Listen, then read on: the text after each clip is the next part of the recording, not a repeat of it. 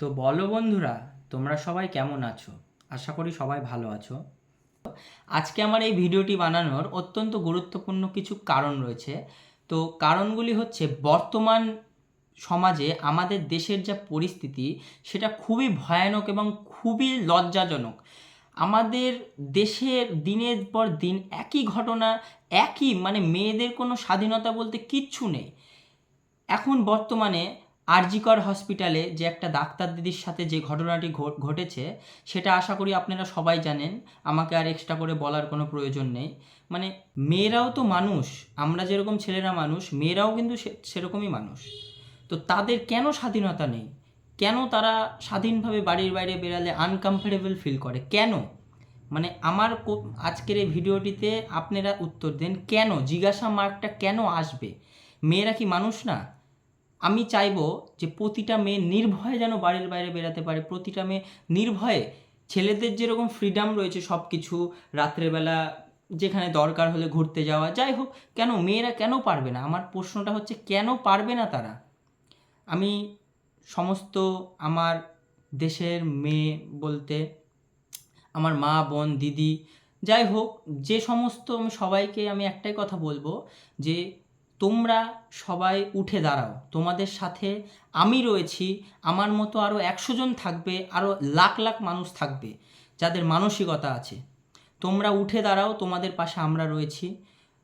বিষয়টা হচ্ছে যে তোমরা যদি আজকে একে অপরের জন্য, একটা মেয়ে যদি আরেকজনের জন্য না দাঁড়াও, আজকে যে ঘটনাটা একটা ডাক্তার যাই হোক, একটা ডাক্তার দিদির সাথে যে ঘটনাটা হয়েছে, সেটা আগামীতে আমার মা বোনের সাথে হবে না, আপনাদের মা বোনের সাথে হবে না, এর কোনো কিন্তু গ্যারেন্টি নেই।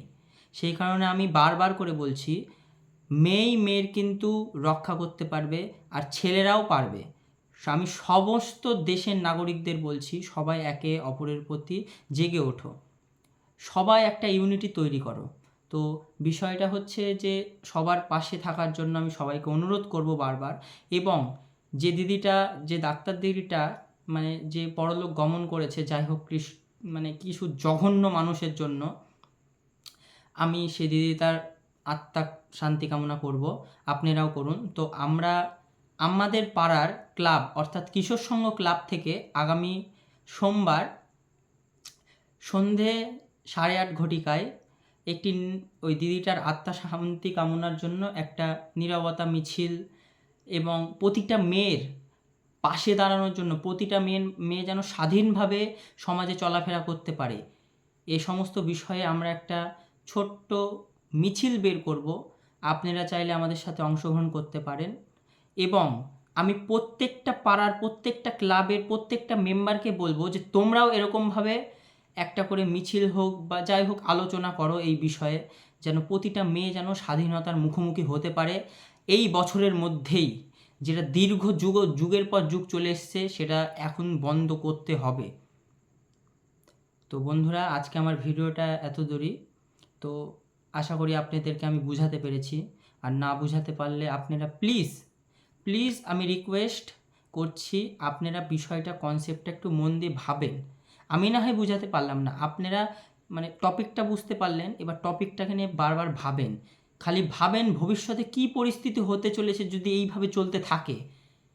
আপনি ভাবেন, আপনার বাড়িতেও মা বোন রয়েছে, আমার বাড়িতেও মা বোন রয়েছে। তো আজকের ভিডিওটা আমার এত দূরই বন্ধুরা।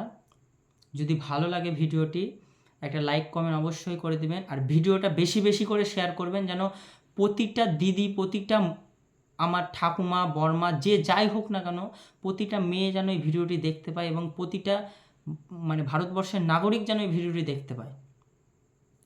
আমি সবাইকে বলবো, সবাই একতা গঠন করো। সবাই এক না হলে কোনো কিছু করা সম্ভব নয়।